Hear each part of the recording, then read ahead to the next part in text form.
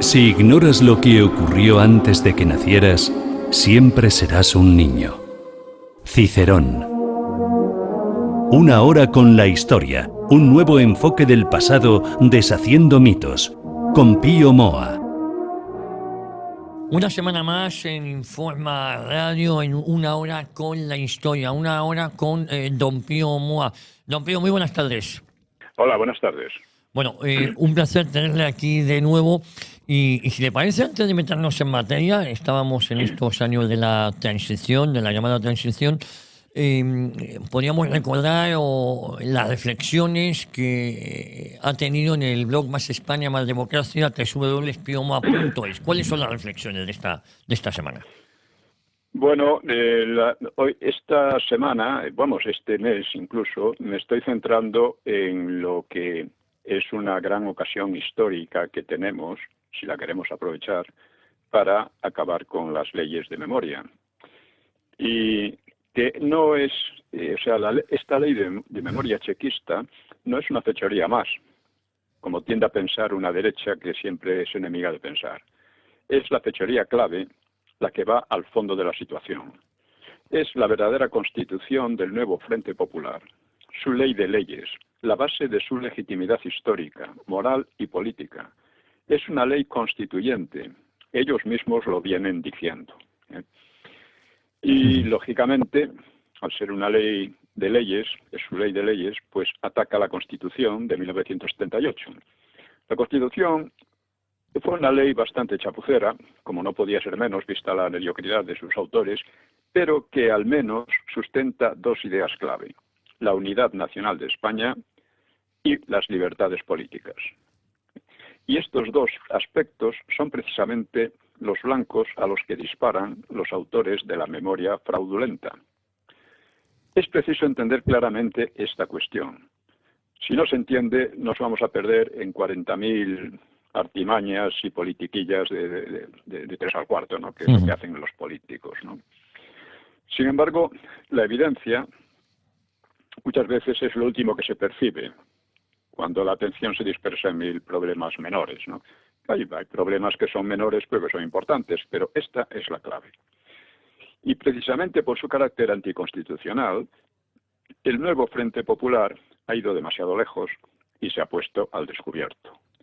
Y con ello ofrece la gran ocasión para corregir el rumbo enfermo que sigue la política española desde hace décadas y muy especialmente desde que un PP descerebrado, de señoritos cutres, pues se permitió condenar el alzamiento de sus padres o abuelos contra el terror del Frente Popular. El alzamiento que permitió poner fin a la pesadilla, como decía Besteiro. Es curioso que sea un socialista decente, que no abundan desde luego, quien diera la clave de lo que fue la guerra civil. Dice: quienes tienen el mérito de haber acabado con aquella pesadilla han sido los nacionales que se han batido en la gran cruzada anticominterno, o sea, anticomunista. Esto es la realidad, y esto es lo que ha condenado el PP con Aznar en 2002. 2002, precisamente, el año en que terminé de publicar la trilogía sobre los orígenes de la guerra, los personajes de la República y la propia guerra civil. Esto es lo que es el PP. En términos estratégicos, esta ley es como un ejército que ha avanzado demasiado en unos puntos, dejando sus flancos al descubierto y permitiendo a sus contrarios cercarlo y destruirlo. Claro que si los contrarios no ven o no quieren ver la ocasión, o no son muy contrarios, como ocurre con el PP, pues los ofensores continuarán su avance hasta la victoria final. Y esto es lo que viene ocurriendo, porque incluso en Vox, que no parece ver todavía el alcance del problema, y vacila, ojalá me equivoque, pero da la impresión de que vacila ante el dicterio de franquista y ultraderecha con que le bombardea el nuevo Frente Popular.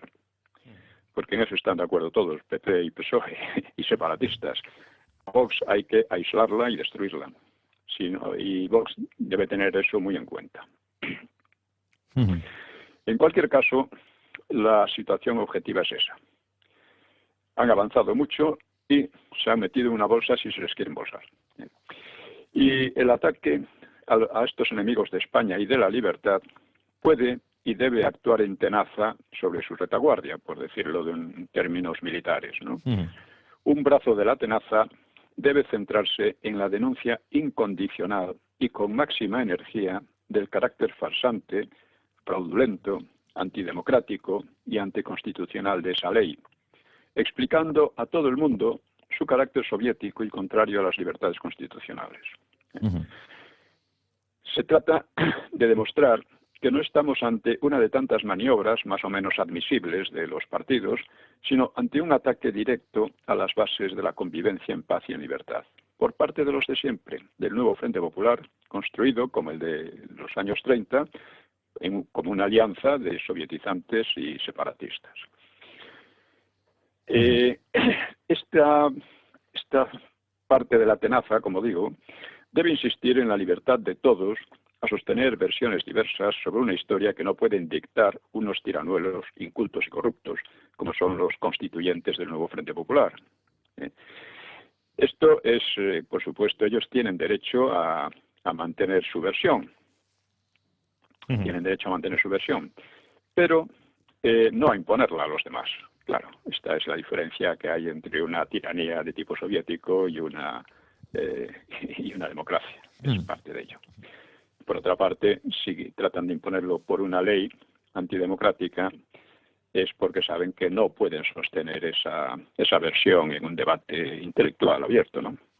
Bueno, pues esta debe ser la tarea ante todo de Vox, un partido que se ha ido desarrollando como alternativa a la putrefacción de la política, aunque tiene cosas, en fin, cosas que ya con el tiempo yo creo que se corregirán, pero básicamente es en todos estos años el único partido que efectivamente ha marcado una alternativa y ha conseguido fuerza de masas, en lugar de aislarse a sí mismo con ideas un poco fuera de la realidad, como pasa con otros, ¿no? Y lo ha hecho además con la gran política de defender la unidad nacional sobre todo. Y el otro brazo de la tenaza con la que destruir esta ley y por tanto la legitimidad fraudulenta con la que cometen una serie de fechorías una tras otra, pues otro brazo de la tenaza consiste en desafiar a la propia ley a todos los niveles, investigando y exponiendo la versión histórica contraria a la que intentan imponer dictatorialmente el actual gobierno y los separatistas. Es decir, hay una parte que es política, que corresponde sobre todo a Vox, pero también apoyada por todo el mundo, y otra parte que es la intelectual, o sea, el ataque intelectual. El ataque intelectual no niega que ellos tengan derecho a exponer su versión, sino que les reta, las desafía y les reta a defenderla de una manera intelectual, ¿no? De una manera inteligible. Y esto nos compromete a todos. La versión ocultada a la gente durante tantos años debe llegar al pueblo en general, convenciendo a la opinión pública de que esa ley de hecho constituyente es tiránica porque su versión histórica es imposible de sostener en un debate libre. Que la democracia no vino de esos evidentes antidemócratas, sino del franquismo, apoyado en la sociedad reconciliada y próspera que dejó el régimen de Franco. Que, como al terminar la guerra decía Besteiro, vuelvo a repetirlo porque esto es muy, muy importante, ya que lo dice además un socialista, que era necesario demoler el Himalaya de falsedades con que el Frente Popular de sovietizantes y separatistas imponía en España un régimen de terror en los años 30. Y exige reconocer que el mérito de acabar con tal pesadilla corresponde a los que se han batido, sean cuales fueren sus defectos, dice él, que se han batido en la gran cruzada anticomunista. Es decir, aquellos a los que el PP ha condenado, escupiendo sobre sus tumbas, que son las tumbas de sus propios padres. Y esto da una idea de lo que es el PP. O sea, se ha llegado a un grado de abyección moral terrorífico, ¿no? Como la Iglesia, o sea, haciéndose la indiferente ante la profanación de la tumba de quien la salvó del exterminio, ¿no? Que fue aquellos, además, que después de la guerra, porque no solo está eso, salvaron a España de las invasiones, bombardeos masivos, atrocidades y deportaciones de la Segunda Guerra Mundial, que es otro mérito no menor. Y dejaron una España libre de los viejos odios que destruyeron la República.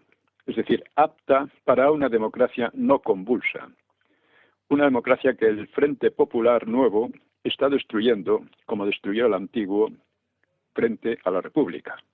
Está destruyendo, corroyendo y eliminando, ¿no? Utilizando ahora el método nazi de valerse fraudulentamente de las formas legales para destruir la democracia, porque no olvidemos que los nazis llegaron democráticamente al poder y desde el poder utilizaron las formas legales para imponer leyes que acababan con la democracia, que acababan con las libertades. Y esto es justamente lo que están haciendo estos fulanos, que además se proclaman antinazis, ¿no? Y dicen que ellos son los demócratas. Esta es la concepción de la democracia que hay que destruir. Que tienen y que imponen, que es lo grave. Pues por eso estamos ante una gran ocasión histórica. Es la ocasión de destruir la base de su legitimidad, tal como ellos intentan destruir la base de la legitimidad histórica y democrática. Esto es.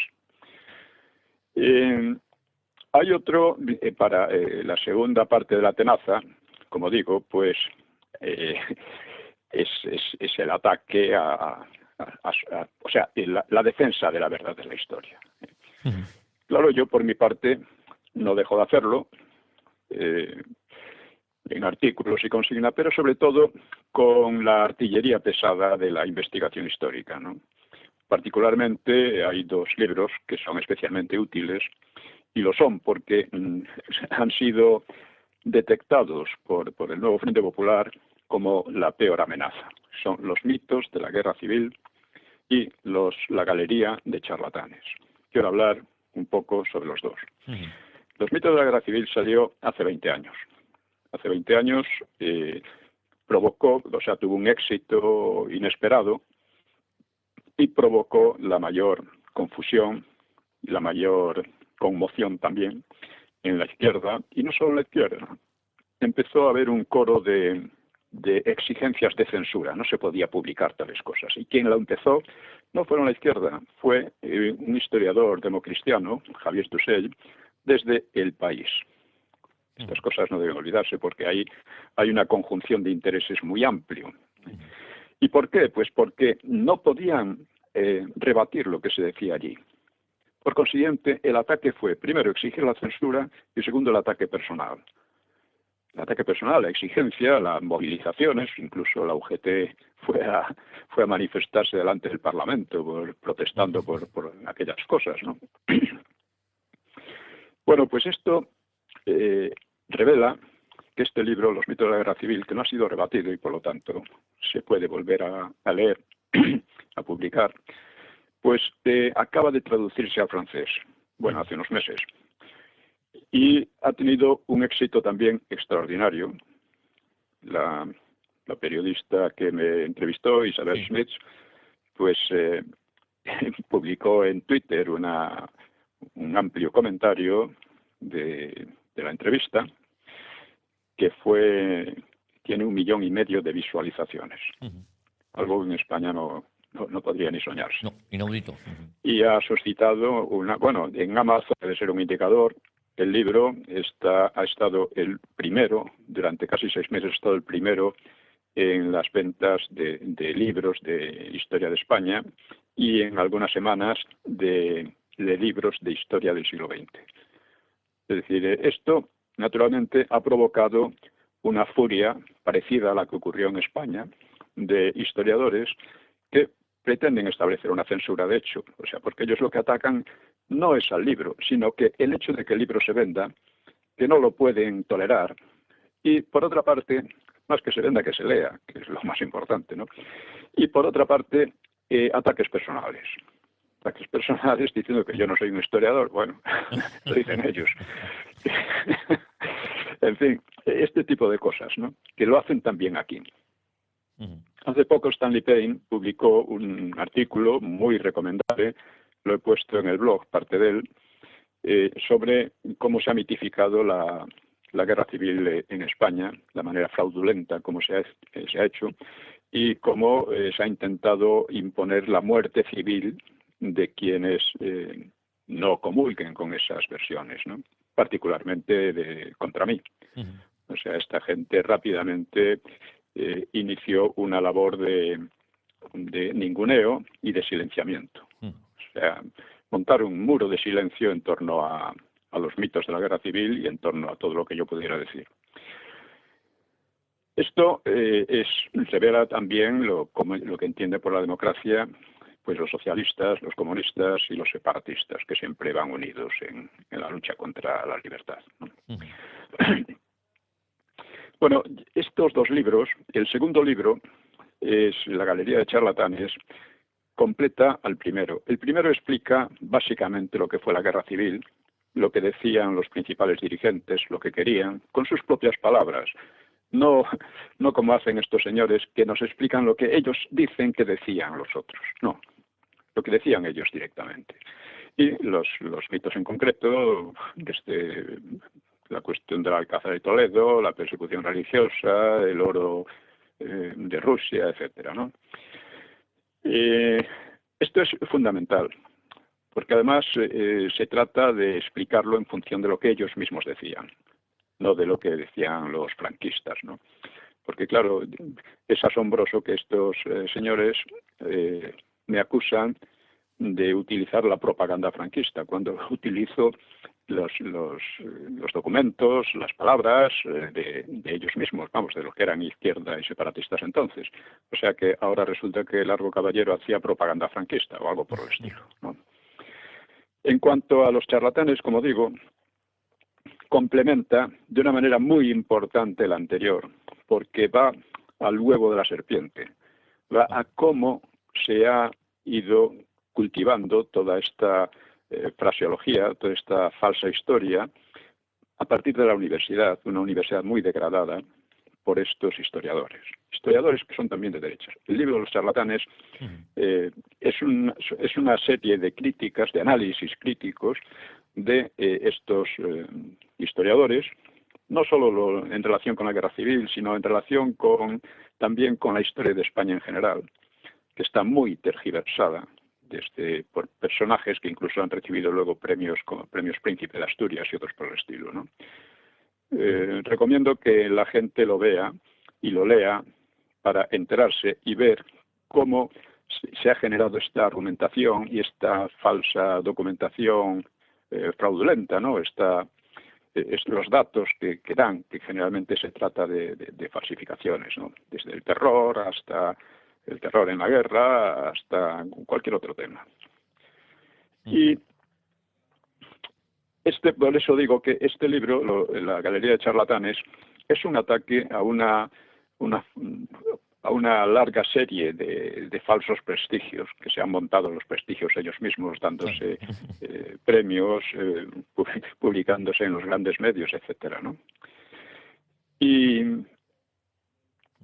por eso digo que son dos libros que van directamente contra la ley de memoria que llaman democrática, o sea, antidemocrática, van directamente contra esa ley y son verdaderas armas en este sentido, que hay que utilizar. O sea, son un desafío a esa ley.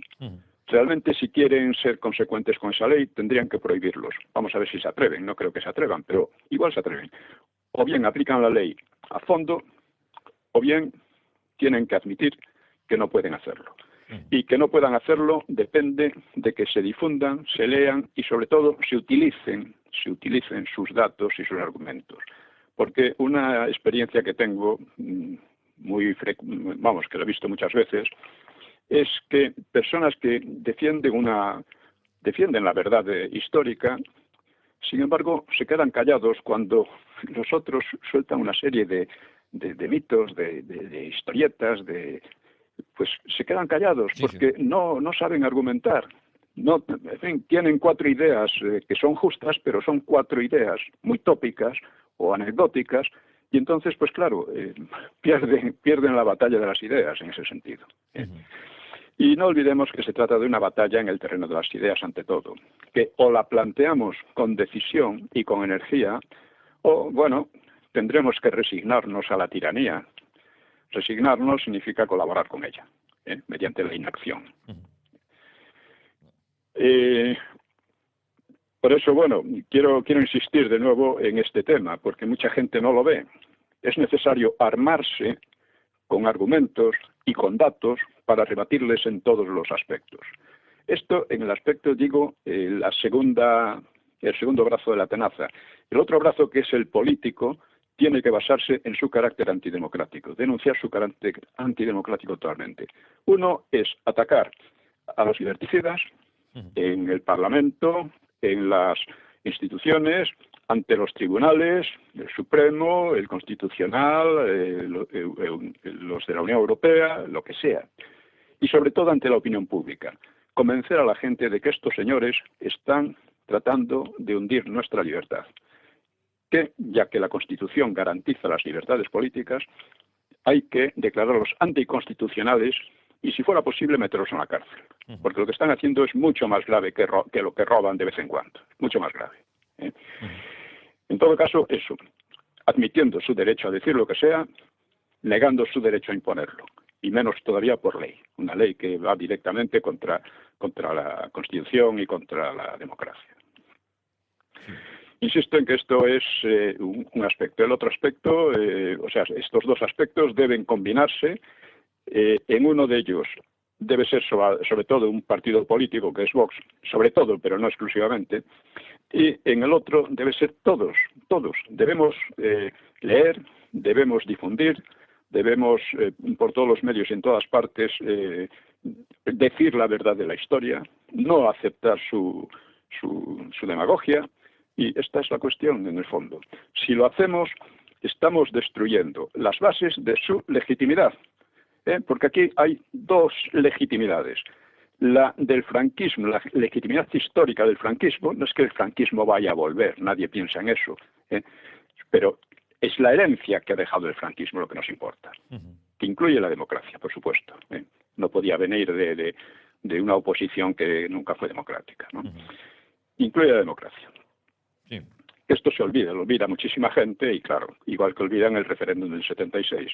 En fin, que vamos a tratar ahora un poco más. Y si conseguimos eso, derrotarlos en la opinión pública y en la ley ante los tribunales, bueno, se abre la posibilidad de sanear una sociedad. No, Pío, se nos había cortado, pero hemos vuelto ya. Nos habíamos quedado justo en lo de una sociedad, ¿no?, que había que sanear. Sí, es decir, que la derrota de esa neoconstitución, de hecho, que son estas leyes, la derrota de eso puede permitir sanear una sociedad que, después de tantos años de vivir en el Himalaya de falsedades que decía Besteiro, o en la mentira profesionalizada que decía Julián Marías, pues es evidente que está en gran parte embrutecida y en gran parte enferma. Entonces, si todos nos comprometemos en esto, habremos avanzado. Hay que tomar la iniciativa, hay que pasar a la ofensiva, hay que rodear, atenazar a esta gente por la retaguardia, por decirlo así, y acabar con toda su fundamentación fraudulenta, ¿no? En fin, espero, soy reiterativo porque es una cuestión que la gente no acaba de ver. Esta gente está cometiendo constantemente fechorías y mucha gente, bueno, esta es una más. No, no es una más, esta es la fundamental. Es una fechoría estratégica y hay que verlo así. Pues, y con esto creo que podemos pasar al tema que nos ocupa. Sí, estamos en esos años, en el 76, estábamos hablando en el 76, es decir, sí. Habíamos visto cómo se había creado una batalla política entre el gobierno, un gobierno franquista, el franquismo estaba totalmente todavía en pie, y la oposición, que se proclamaba democrática en torno a los comunistas y a unos socialistas radicalizados, que no eran demócratas, claro, y que trataban de usurpar la bandera de la democracia. Se planteaba entre la reforma, o sea, que reconociera de la ley a la ley, que reconociera la legitimidad histórica del franquismo, y la ruptura que pretendía saltar por encima de 40 fructíferos para enlazar con un Frente Popular que fue un régimen de terror. Y que además ellos se llamaban la República, cuando este Frente Popular precisamente destruyó la República. Esta pelea, esta lucha política, pues terminó en 1936 con la victoria total de la Reforma, después de que los contrarios, los rupturistas, hubieran intentado la huelga general y una serie de maniobras, manifestaciones de todo tipo, ¿no? Y la Reforma, vamos a decir, aquel referéndum, que fue bastante más votado que la Constitución, pues declaraba eso, de la ley a la democracia. En aquel referéndum, un aspecto muy importante fue el secuestro de Oriol por el Grapo, que desplazó a la reforma de la atención pública y, claro, suscitó un agudo nerviosismo en los medios políticos y un alud de peticiones de escolta policial, ¿no?, para los políticos. El gobierno, pues, digo esto porque verdaderamente durante el franquismo apenas había escolta para los políticos, no había una situación tal de normalidad y de tranquilidad que esto no ocurría. Por eso fue posible que a Carrero lo asesinaran, porque había esa sensación, me parecía que no iba a pasar nada, ¿no? El gobierno rechazó las exigencias del Grapo, que exigía la liberación de una serie de presos de la ETA, del FLAP y del propio Partido Comunista Reconstituido, de que dependía el Grapo, ¿no? Y el gobierno lo rechazó, porque habrían dañado seriamente la reforma, a pesar de que acababa de ser aprobada por una mayoría aplastante, ¿no? Pero prometió medidas de gracia. El Grapo tuvo la impresión de una claudicación parcial del gobierno y de disponer de una baza para mantener en la cuerda floja a los fascistas y su oposición domesticada, que era como los llamábamos, ¿no? Y eso salvó la vida de Oriol. Por tanto, el Partido Comunista Reconstituido dedicó su esfuerzo a movilizar a las masas. Pero se encontró con el boicot de comisiones obreras, claro, porque todos ellos tenían pánico de que esto provocara una involución y perdieran todas las bazas que habían ganado en los años anteriores, ¿no?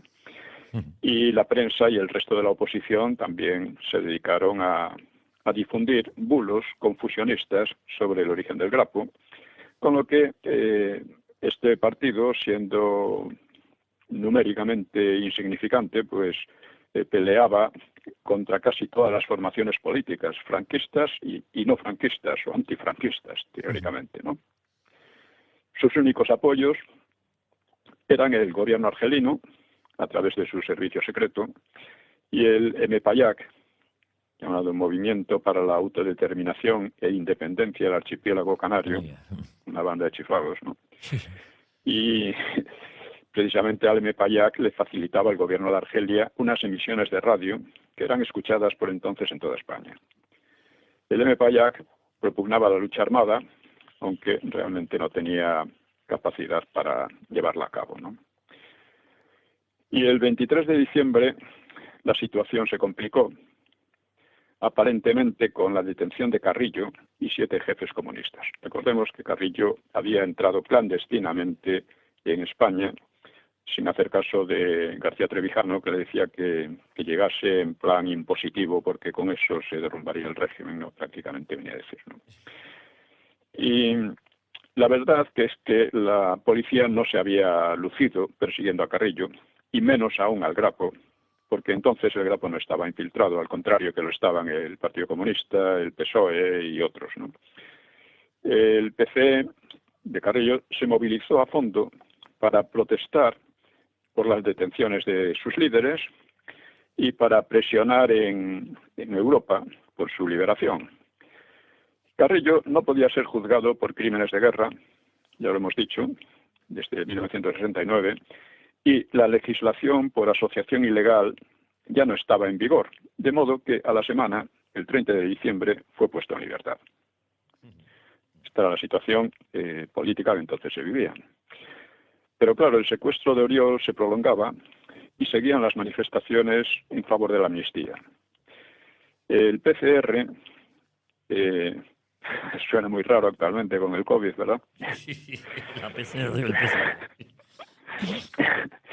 PCR reconstituido, pues creyó que la intensa propaganda de la prensa y de la oposición y del gobierno contra el Grapo pues había fracasado y que lo que hacía falta era movilizar a las masas porque, según los cánones leninistas, esta movilización de masas acompañaría a la acción armada.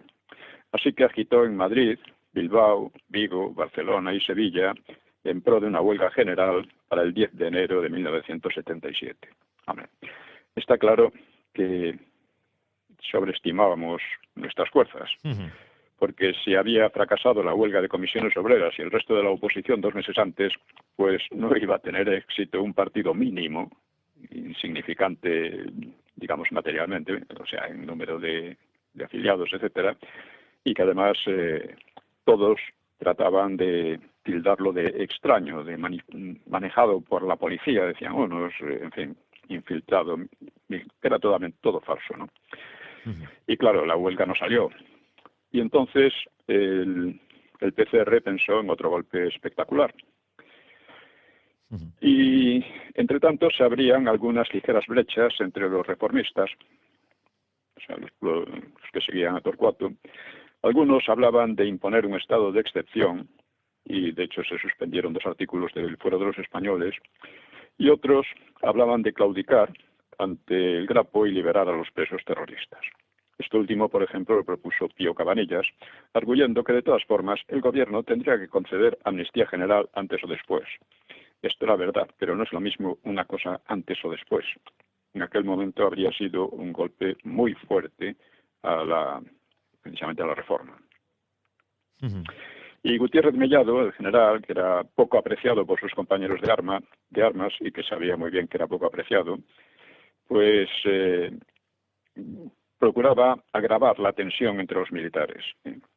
Así que fingía creer la propaganda de la izquierda que presentaba al Grapo como manejado por la extrema derecha o por la policía. A su vez, es importante señalar esto porque estuvo el socialista Barrio Nuevo, estuvo varios años a cargo del Ministerio del Interior, es decir, que tenía acceso a todos los archivos e informaciones policiales, y en sus memorias dice que claro que eso era una tontería, no había tal infiltración ni tal manejo ni nada, ¿no? Bueno, pues a su vez los grupos de extrema derecha creyeron que podían imitar los métodos terroristas que tanto fruto habían dado a la ETA y al parecer también al Grapo, y cometieron algún asesinato aprovechando las manifestaciones de izquierda. Esto era una estrategia de la tensión muy tosca, que por una parte brutal y por otra estúpida, y que los izquierdistas explotaron muy a fondo.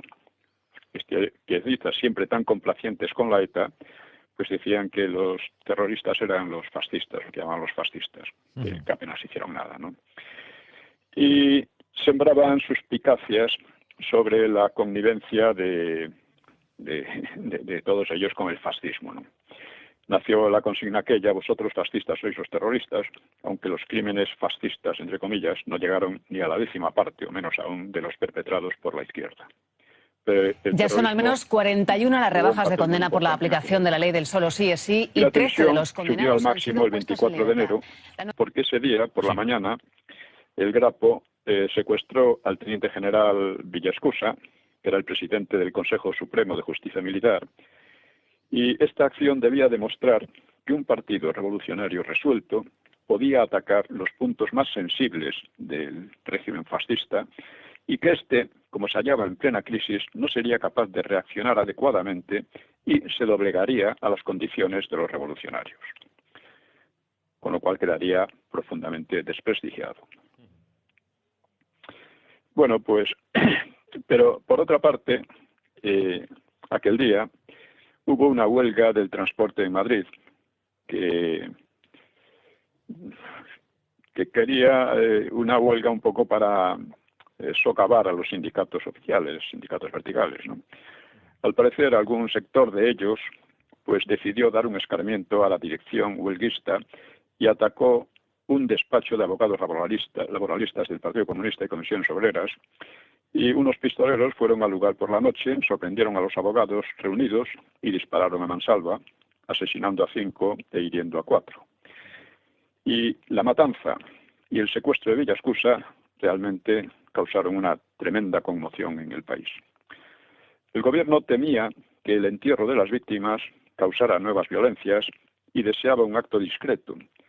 Pero el Partido Comunista y la Comisión de los 9 dieron máxima garantía de que no habría alteración del orden. Comisión de los 9 que trabajaba con el gobierno, ¿no? De la oposición con el gobierno. Así que por fin fue autorizada la salida de los féretros a hombros desde el Colegio de Abogados hasta el Paseo de Recoletos, desde donde irían en coches fúnebres al cementerio. El Partido Comunista y Comisiones Obreras movilizaron todas sus fuerzas y cumplieron su promesa. En silencio, con puños en alto, pues decenas de miles de personas, que en su mayoría no eran comunistas, pues despidieron los cadáveres a lo largo del trayecto. Es decir, se había dado a la oposición una baza excelente para presentarse como civilizada en contra de los fachas, ¿no? Desde esa prueba de moderación, el Partido Comunista podía darse por legalizado. O sea, de hecho, el gobierno tenía más razones para legalizarlo que para legalizar al PSOE, porque el PSOE persistía en rechazar la bandera de España, en rechazar la monarquía, la economía de mercado.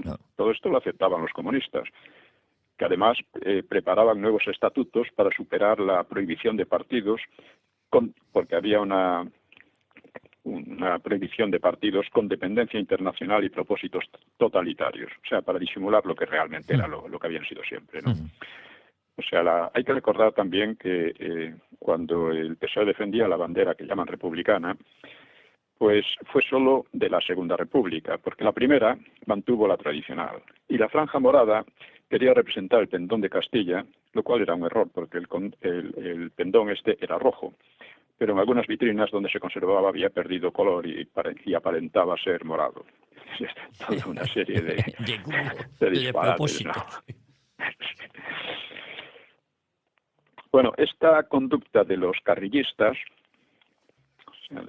o revisionistas, como se le llamaban también desde el punto de vista de los maoístas, pues el PCR Grapo la interpretó como una sumisión inconcebible a la oligarquía capitalista y fascista, por lo que decidió dar una réplica más ejemplar a los asesinatos de Atocha. Así que el día 28 el Grapo asesinaba a 3 policías armados y a un guardia civil e iría de gravedad a 3 más. O sea, para entender al Grapo debe recordarse que compartía con casi toda la oposición una aversión pues visceral al franquismo, que era tachado de régimen criminal, que habría aplastado al pueblo con ayuda de Hitler y suprimido cualquier libertad, por lo que la gente explotada y oprimida tenía que ansiar liberarse del yugo. Esta era la versión general de la oposición, que la vemos actualmente nuevamente en forma de leyes totalitarias, ¿no? Pero a diferencia de lo que llamaban oposición domesticada, el Grapo actuaba de acuerdo con esas ideas. O sea, no hablaba simplemente, sino que trataba de actuar de acuerdo con ellas, ¿no? Mientras que, a su juicio, los otros pues estaban doblegándose, estaban colaborando con el cambio de fachada fascista por cobardía, hipocresía y por traición. Esta sucesión de golpes y contragolpes en aquellos días llevó al extremo la crispación militar y el nerviosismo de los políticos. Pero la población, esto es muy significativo, permaneció serena, inquieta pero serena. No hubo, en fin, que esto revelaba también hasta qué punto había cambiado digamos, el ambiente social desde la época de la República. La gente estaba inquieta, pero al mismo tiempo no se movilizaba de manera histérica por nada, ¿no? y la reforma estuvo cerca de zozobrar en aquellos momentos. Bueno, la verdad es que las acciones del Grapo habían casi paralizado la vida política durante unas semanas, pero a lo largo de enero se reanudaron los contactos entre el Gobierno y la Comisión de los 9, o sea, de la oposición, para tratar los aspectos técnicos de la reforma, o sea, la legalización de los partidos y las normas electorales. Con la Comisión intervino un factor político nuevo y crucial. Suárez, que había sido el triunfador con el referéndum, aunque el referéndum y la reforma habían sido diseñados por Torcuato Fernández Miranda, pero se sintió con bríos para sacudirse la tutela de Torcuato y cambió de talante. Recordemos que Torcuato se basaba en que hay que hacerles ver que son débiles, porque si no, se nos suben a las barbas e intentan algún disparate, ¿no? Se refería a la oposición. Pero Suárez había interiorizado cierta jerga democrática. Él no tenía el menor pensamiento serio democrático, pasaba con casi toda la derecha y la izquierda por otra parte, ¿no? Pero aprendió esa jerga y la utilizó en abundancia, dando a entender que siempre había sido un demócrata, que siempre había pensado así. Recordemos que Suárez había liquidado los comienzos de la reforma de Arias, precisamente enarbolando la bandera del franquismo, ¿no? La bandera de los principios del movimiento, etcétera. Sí. Pero de lo que se trataba,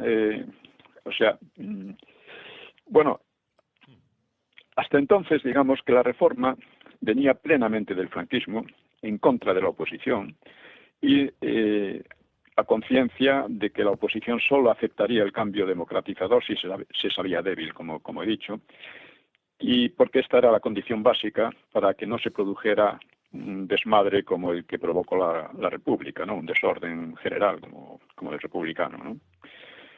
Pero, por ejemplo, Jordi Pujol, que era miembro de la Comisión de los 9, comentó, dice, Suárez nos dijo, yo, señores, tengo el poder, ustedes tienen la legitimidad. De lo que se trata en estos momentos es de unir poder y legitimidad.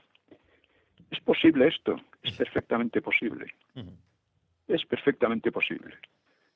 Que aquel botarate pues les dijera a la oposición que la legitimidad era suya, pero como ellos tenían el poder tenían que ponerse de acuerdo. Es perfectamente posible. Y revela hasta qué punto la reforma había caído de pronto en manos de un botarate, de un completo botarate, que iba a demostrarlo además en los años siguientes. Suárez, dice, sigo con Pujol, no dijo que nosotros tuviéramos la legitimidad en exclusiva, pero nos dio a entender que él también detentaba una parte de ella, además del poder. Pero dejó muy claro que a pesar de ser ilegales y de que aún no nos hubiera elegido nadie, sí representábamos la legitimidad del futuro, la que venía. Claro. Asombroso, ¿verdad? Sí, sí. Estas cosas que nunca se citan, nunca se señalan, que son sin embargo cruciales porque son decisivas, ¿no? Sí, sí. Bueno, pues esta técnica que empleó muy abundantemente Suárez, consistía en halagar la vanidad del contrario. Pero ese halago terminaba comprometiéndole, claro. Y el rumbo reformista que había empezado perfectamente, pues iba a cambiar. Porque el referéndum simplemente había afirmado la legitimidad del franquismo. Legitimidad no política en aquel momento, pero sí histórica. Es decir, que solo podía haber democracia a partir del franquismo y no de otra manera. Bueno, pues Suárez y también el rey empezaron un poco a olvidar estas cosas. Y así, de manera insensible, pues quedaba traspasada la legitimidad a unos partidos todavía mínimos y que además tendían a identificarse con la República o con el Frente Popular. Torcuato había sido muy consciente del alcance de una semejante claudicación o cesión, pero no es probable que lo distinguiese bien Suárez, porque la formación intelectual y conocimiento histórico de este hombre eran mucho menores que su ambición. Una cosa sorprendente de Suárez es su ambición, quería ser presidente a toda costa. Y y sin embargo carecía, ya digo, de formación intelectual y de conocimiento histórico. Esto es lo que ha pasado en general a la derecha, como decía un catedrático, a Florentino Portero. La derecha está condenada a nutrirse, cito mucho esto porque es muy real y nos da una clave, ¿no? Está condenada a nutrirse de los desechos intelectuales de la izquierda por falta de conciencia histórica y de pensamiento político propio, ¿no? Luego, Suárez pues iba a procurar ofrecer una imagen un tanto de izquierda o de centroizquierda, a disimular el origen franquista suyo y de la democracia, a identificar al franquismo con la extrema derecha y a congraciarse con los antifranquistas. Y, por lo tanto, comenzaba una tercera etapa, después de las de Fraga y de Torcuato. En rigor empezaba una tercera reforma que en gran medida invertía el éxito de los meses precedentes y daba mucha más cancha a la oposición. La oposición había debido resignarse a la iniciativa franquista, pero pronto iba a adoptar una actitud mucho más arrogante, porque veía claramente que el enemigo que tenía enfrente era un enemigo muy poco sólido, ¿no? Y para ellos fue una gran noticia la liberación de Oriol y Villaescusa a los 2 meses del secuestro de Oriol. El Grapo había pensado secuestrar a Fraga a fin de perturbar ya las elecciones previstas y demostrar de nuevo la impotencia del fascismo frente a unos revolucionarios audaces y clarividentes. En fin. La policía había fracasado una y otra vez, pero terminó por dar con el hilo que le permitió resolver el caso. O sea, el hilo fue básicamente para evitar problemas en los controles policiales, pues el Grapo robaba en unos lugares coches y en otros documentaciones de vehículos de la misma marca y falsificaba carnés de identidad y matrículas. Y la policía terminó por relacionar las denuncias del robo de coches y del robo de documentación y buscó a los coches por toda Madrid. Terminó por localizar a alguno y entonces se produjo un tiroteo y las primeras detenciones. Y luego la detección y captura del jefe del grupo de acción, que se llamaba Enrique Cerdán. Y a partir de ahí, tirando de varios hilos, la policía consiguió liberar a Villaescusa y poco después a Oriol, porque lo hizo ir rompiendo por sorpresa en los pisos donde estaban custodiados. Todo esto lo he contado con mucho detalle en el libro De un tiempo y de un país, que son mis memorias de aquella época. Sí. Que hoy día está agotado, se puede encontrar en Iberlibros y por ahí, pero espero publicarlo de nuevo dentro de un tiempo, porque claro, no puede uno estar publicando libros cada mes. Bueno, pues la noticia acababa con una pesadilla para los políticos comprometidos en la reforma, y desde ese momento pudieron continuar con mucho más desembarazo sus previsiones. El PCR Grapo no quedó del todo desarticulado porque parte de la dirección y diversas organizaciones locales siguieron en pie y a partir de ellas pues logró rehacerse en pocos meses. Yo me encargué de la reorganización, por cierto. Pero en ese momento todos sus dirigentes eran conocidos de la policía y nunca volvería a alcanzar el mismo nivel de operatividad que había tenido mientras la policía no daba con los hilos que le llevaran al ovillo. Entonces, claro, Suárez quedó triunfal y triunfalista, y en cambio Torcuato quedó cada vez más marginado en la presidencia de unas Cortes que ya habían cumplido su tarea. Y a Torcuato ni siquiera le daba información el jefe del gobierno, o sea, Suárez. Él creía, Torcuato sabía que, a pesar de su inteligencia y su habilidad maniobrera, pues Torcuato había creído que Suárez, debido precisamente a su indigencia intelectual, pues siempre le respetaría y le obedecería, ¿no? Seguiría sus orientaciones. Pero no es así. Estas cosas nunca ocurren. Él creía que Suárez sería el hombre disponible, pero había dejado de serlo. Se consideraba un después del referéndum y tal, y de la resolución de los secuestros, se consideraba un estadista prácticamente, ¿no? Suárez tenía una persona de confianza, se llamaba Carmen Díaz de Rivera, relacionada con el rey, y la había nombrado jefa de su gabinete técnico.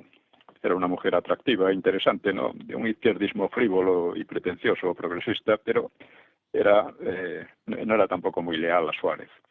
Algo más tarde se sabría de su pertenencia al Partido Socialista de Tierno Galván y terminaría en el PSOE. Y fuera por encargo o por propia iniciativa, Carmen se había reunido con Carrillo y le describió a Carrillo ante Suárez como un hombre encantador, inteligente, deseoso de colaborar en el proceso democrático y de tener una entrevista con él, con Suárez. Y es una cosa curiosa, ¿no? Carrillo estaba siendo muy cortejado por políticos y por la prensa, y cobrando una aureola casi fascinante, incluso en círculos de la derecha. Sí. Esto es uno de los hechos más curiosos de todo ello, y que se iba a ver unos años después, cuando cumplía 90 años, pues le hicieron un homenaje prácticamente todos ellos. Habrá ocasión de hablar de ello quizá. Carrillo era el autor de Paracuellos, y en ese homenaje tuvo la decencia que no tuvieron los que le homenajeaban de decir: no, yo soy comunista y he sido comunista siempre, y en fin, y déjense ustedes de historias, o sea, prácticamente viene a decirlo.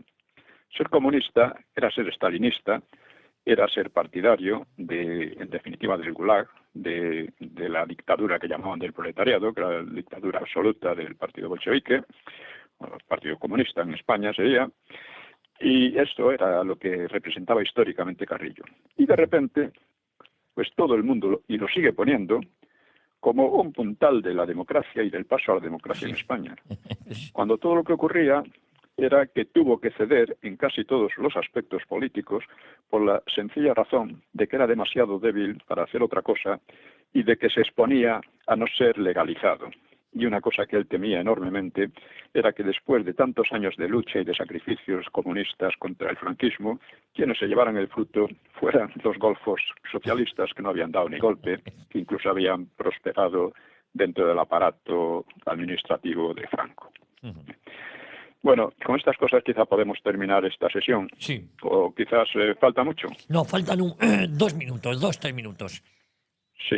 Bueno, pues con esto quiero decir, vemos cómo se fue desarrollando la transición en una serie de etapas en las que el protagonista fue primero Arias, después protagonista muy vacilante, después Fraga, que proponía su solución, que era una solución que estaban dispuestos a aceptar la oposición, porque, claro, era muy debelilla, ¿no? No olvidemos que después de 40 años de reconciliación y olvido de los odios, estos partidos tenían muy poca fuerza, no convencían a nadie. Entonces, luego vino la de Torcuato, que fue la más inteligente, porque refrendó democráticamente la legitimidad del franquismo, de la ley a la ley. Y luego vino la de Suárez, que fue ya una especie de chanchulletes con unos, con otros, por aquí y por allá, que muchas veces estaban bien orientados. Por ejemplo, la legalización del Partido Comunista fue un acierto, aunque no fue un acierto a la manera como se hizo, pero bueno, en conjunto fue un acierto, porque fue el principio del fin del Partido Comunista, podemos decir. Justo. Pero como visión de conjunto, como visión estratégica, era nula. Estaba regalando una legitimidad que no tenían a la izquierda, estaba perdiendo su propia legitimidad, y él mismo estaba tratando de hacer olvidar la historia. Cuando se olvida la historia, uno se condena a repetirla, decía Santayana. Sí. Un pueblo que la olvida se condena a repetirla, generalmente a repetir lo peor de ella. Lo peor de ella. Pues en fin, con esto creo que podemos terminar esta sesión, porque son temas verdaderamente apasionantes, ¿no? Sí. Porque se han falseado y se han ocultado de tal manera. Yo me baso en el libro La transición de cristal, que dijo Stanley Payne, que era la mejor historia que se había publicado, ¿no? Sí, sobre la de transición. manera individual sobre esto. Pues don Pío, lo dejamos aquí, si le parece, con la promesa de volver Dios mediante la próxima semana aquí a Informa Radio a 1 hora con la historia.